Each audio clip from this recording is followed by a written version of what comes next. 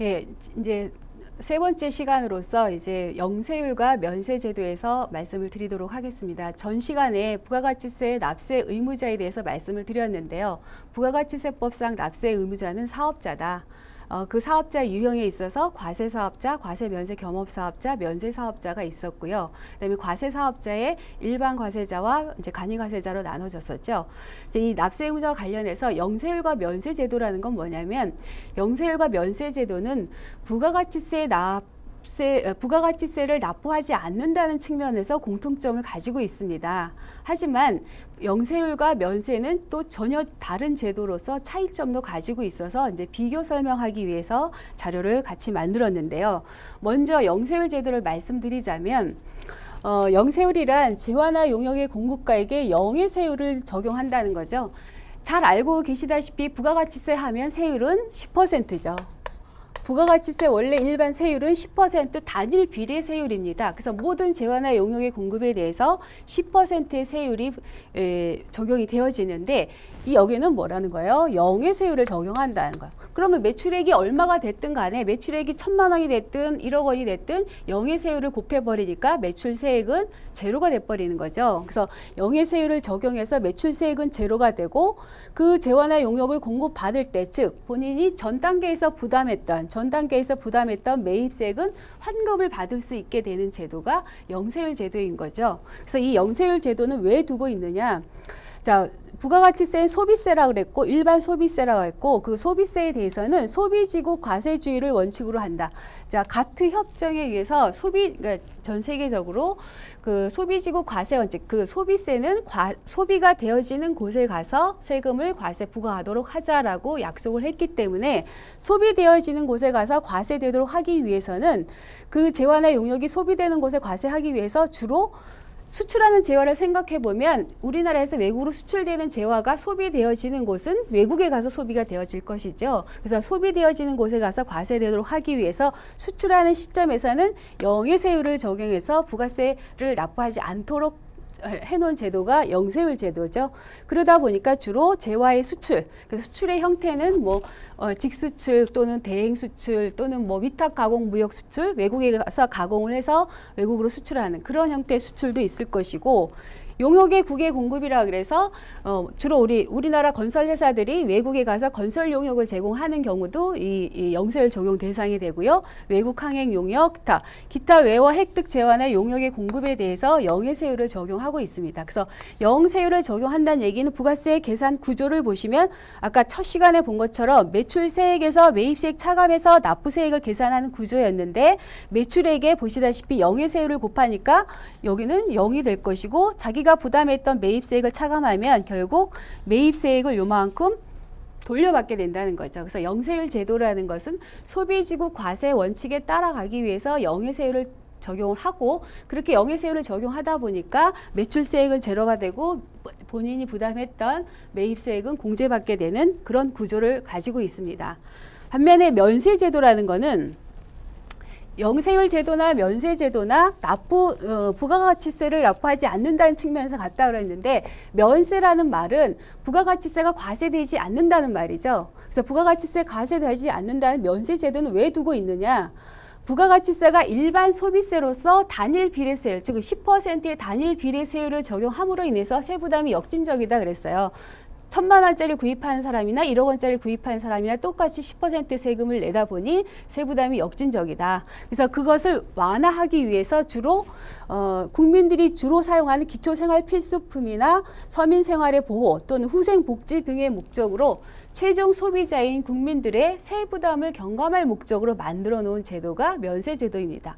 따라서 어떤 것들이 면세 대상이 되어야 될까를 한번 생각해 보시면 국민들 누구나가 모두가 다 기본적으로 사용해야 되는 재화나 용역, 예를 들면 기초 생필품이나 용역 또는 국민 후생 용역, 의료 용역, 보건 용역, 뭐 이런 것들, 교육 용역, 그 문화 관련 재화 및 용역, 생산 요소 용역 등이 부가가치세가 면세된다는 거죠. 그 면세 구조를 좀 보시면 자, 병원이 의료 용역이죠. 의료 용역을 제공하는 병원도 대표적인 면세 사업자입니다. 자, 병원 입장에서 한번 볼게요. 병원이 제약회사로부터 약품을 사오죠. 이 제약회사는 과세 사업자입니다. 과세 사업자인 제약회사로부터 약품 100원짜리 약품을 사올 때는 부가세를 부담하고 사와야 되니까 대가를 110원 주고 사와야 됩니다. 그래서 병원은 그 약을 사다가 100원짜리 약을 사다가 이제 환자한테 진료라는 의료 용역을 제공하겠죠. 그래서 환자에게 진료 용역을 제공하기 위해서 그 용역의 대가를 150원으로 책정했으면 만약에 이 병원이 과세 사업자였다면 우리가 첫 번째 그 구조에서 봤다시피 물건 가격은 150원이지만 용역의 가격은 150원이지만 부가세 포함해서 받아야 된다면 165원을 받아야 되는 겁니다. 병원은. 그런데 이 병원이 현행 우리 부가가치세법에서 의료 용역이라고 해서 부가가치세 면세 대상으로 정해 놓다 보니까 진료 용역을 대가를 150원을 책정했으면 환자는 국민들인 최종 소비자인 환자는 150원만 내고도 진료를 받을 수 있다는 거죠. 결국은 최종 소비자인 국민들의 세부담을 경감하기 위해서 이 면세 제도를 두고 있다는 거죠.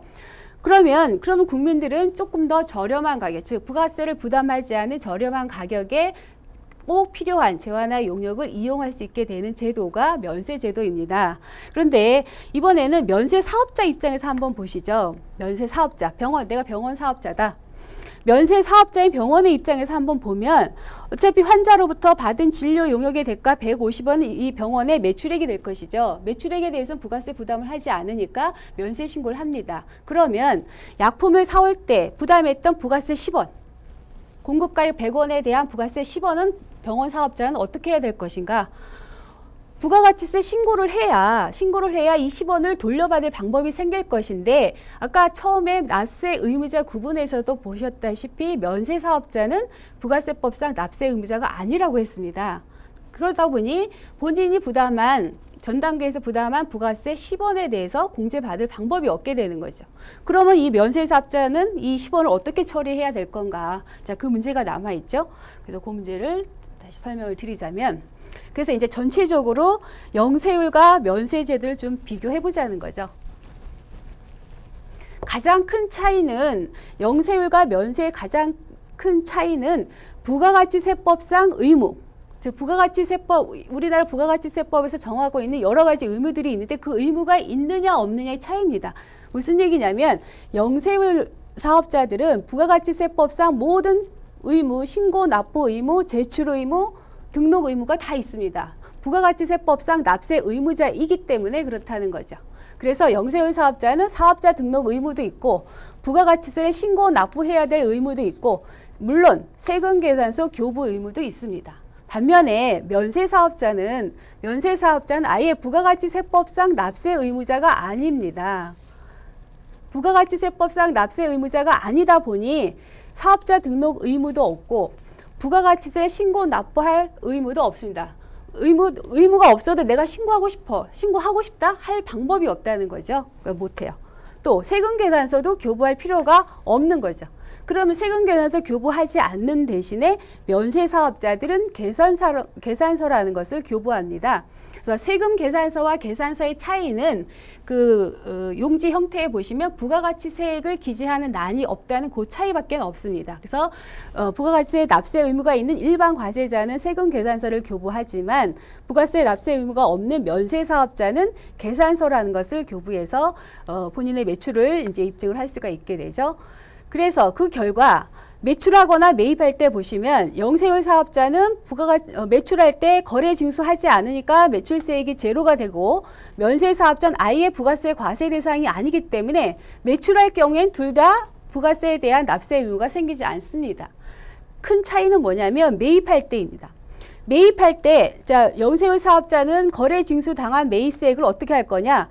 부가가치세 신고를 하는 과정에서 그 매입세액을 돌려받을 방법이 생긴다는 거죠. 돌려받지만 면세사업자는 자기가 매입할 때 부담했던 거래 징수 당한 매입세액에 대해서 부가세 신고를 해야 이걸 공제를 받든지 할 건데 신고 자체를 못하니까 받을 방법이 없어요. 그래서 아까 그림에서도 보셨지만 100원짜리 의약품을 사오면서 110원 부담했다. 10원 더 부담한 그 10원은 그러면 뭘로 처리를 해야 될 거냐? 그래서 면세 사업자는 필요 경비나 또는 뭐 손금으로 처리하거나 원가로 산입을 한다.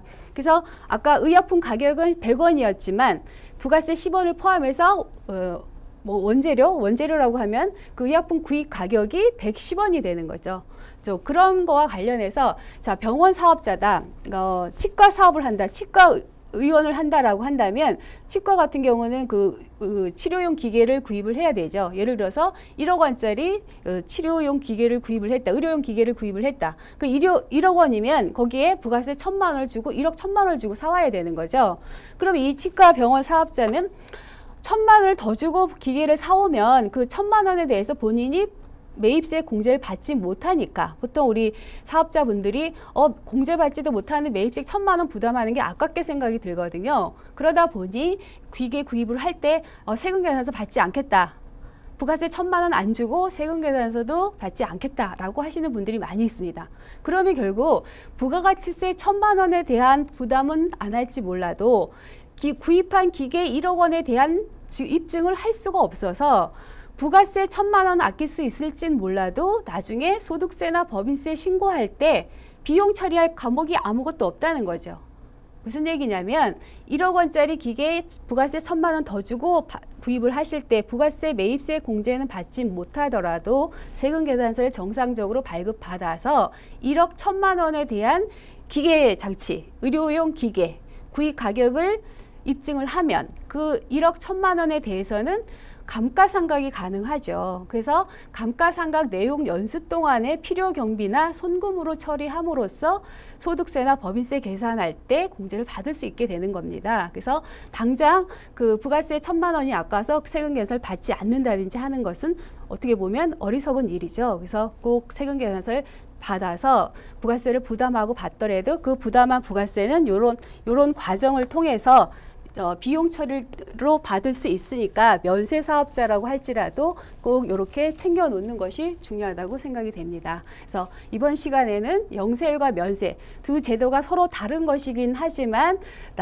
부가세 납세 의무를 지지 않는다는 측면에서 공통점이 있었고 또 차이점은 납세 의무자냐 아니냐에 대해서 차이점이 있어서 이제 좀 두 가지를 비교 설명해서 말씀드렸습니다. 다음 시간에는 과세 표준에 대해서 말씀드리도록 하겠습니다. 감사합니다.